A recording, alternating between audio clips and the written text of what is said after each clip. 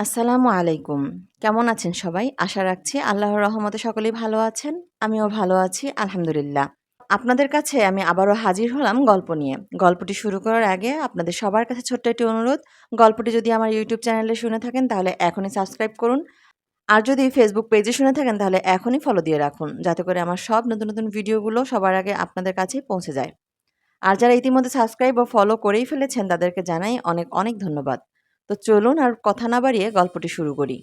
খুনি আয়না পর্ব ১১। কাকু আবারও খুব হতাশ হয়ে পড়লেন। তিনি আশেপাশে খবর নিয়ে জানতে পারলেন যে ওই বাড়িতে সত্যি মালিক মাস ৬ আগেও বসবাস করতেন। তাছাড়া ওই বাড়িতে আগেও লোক ভাড়া থেকেছে, কিন্তু এমন কোনো দুর্নাম বাড়িটির কখনোই নেই। এদিকে হলো কি, অনেক চিকিৎসা করার পরেও ৩ দিন কেটে গেল, কিন্তু সোনাইয়ের শরীর থেকে জ্বর সরল না কোনোভাবেই। কিন্তু ৩ দিনের মাথায় ওর জ্বর একটু কমল। কাকু কিন্তু তখনও পর্যন্ত একটাই কথা বলে যাচ্ছিলেন যে, "এই বাড়িতে আমিও তো এতদিন যাবৎ বসবাস করছি। কিন্তু আমি তো কিছুই অনুভব করতে পারলাম না। যত ভূত, প্রেত সব কি তোমাদেরকেই দেখা দিচ্ছে? দেখো তো ভদ্রলোককে যেচে এত কিছু বলতে গিয়ে ঠিক কতখানি অপমানিত হতে হলো।" কাকু তখনও মন থেকে বাড়িটির সম্পর্কে কোনো খারাপ কথা বিশ্বাস করতে পারছিলেন না। দিন কয়েক কেটে যাওয়ার পর তখন সোনাইয়ের শরীরটাও আগের চেয়ে বেশ কিছুটা সুস্থ হয়েছে। কিন্তু সেদিন ওর সঙ্গে কি ঘটনা ঘটেছিল তা সে বলতে পারেনি কাউকে। শরীর একটু ঠিক হলেও সারাদিন কেমন যেন ঘোরের মধ্যে থাকতো সোনাই। কাকু ততদিনে অন্যত্র বাড়ি ভাড়া খুঁজতে শুরু করে দিয়েছেন। তবে এরপর থেকে কাকিমা প্রচণ্ড ভয় পাওয়াতে কাকু নিজের বেডরুমে এবং আম্মার ঘরে দুটো লো পাওয়ারের নাইট বাল্ব লাগিয়ে দিয়েছিলেন। কারণ ওই বাড়িতে কেউ আর রাতে পুরো অন্ধকার করে ঘুমাতে পারতেন না। আর এদিকে অন্যত্র বাড়ি ভাড়া না পেলে ওনারা তখনও ওই বাড়িটা ছাড়তেও পারছেন না। একদিন মাঝরাতে কাকুর টয়লেট পেয়ে গেল। কাকিমা তখন ওনার পাশে শুয়ে ঘুমাচ্ছেন।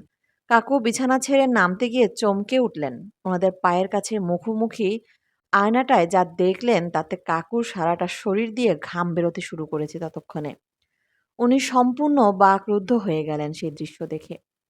কাকু আয়নায় যা দেখলেন তা হলো কাকিমার শরীরের উপর হুবহু কাকুর মতন দেখতে একজন পুরুষ মানুষ উঠে বসেছেন এবং কাকিমার সঙ্গে ঘনিষ্ঠ হবার চেষ্টা করছেন তিনি। এই দৃশ্য দেখে কাকুর হাত পা যথারীতি ঠান্ডা হয়ে এলো। তিনি আয়নায় সেই মুহূর্তে নিজের দুটো অবয়বও দেখতে পেলেন। একজন বিছানার উপরে বসে রয়েছে এবং অপরজন কাকিমার শরীরের উপর। কাকুর হাত পা তখন সম্পূর্ণ অবশ। এ কি ঘটনা ঘটছে? এও কি বাস্তবে সম্ভব? কাকুর তখন মনে হচ্ছিল ওনার যে কোনো মুহূর্তে হার্ট অ্যাটাক হয়ে যাবে এবং উনি যখন তখন মারা যাবেন। মিনিট ৫ পর কাকিমার শরীরের ওপর বসে থাকা কাকুর প্রতিমূর্তি লোকটি ওনার দিকে তাকিয়ে সামান্য হাসলেন এবং এরপর কাকু দেখলেন সেই লোকটি কাকিমার শরীরটা ছেড়ে দিয়ে ধীরে বিছানা ছেড়ে নেমে এলেন এবং তারপর ওদের ড্রেসিং টেবিলের সঙ্গে লাগোয়া আয়নার মধ্যে ঢুকে সেখানে পুরো মিশে গেলেন। এই দৃশ্য দেখার পর কাকু শুধুমাত্র হতবাক হলেন তাই নয়, ওনার তখনও মনে হচ্ছিল কেউ যেন ওনার শরীরটাকে চেপে ধরে রেখেছে। প্রিয় বন্ধুরা, আজকের পর্ব এই পর্যন্তই। এরকমই সব মজার গল্প শুনতে চাইলে আমার সাথেই থাকুন।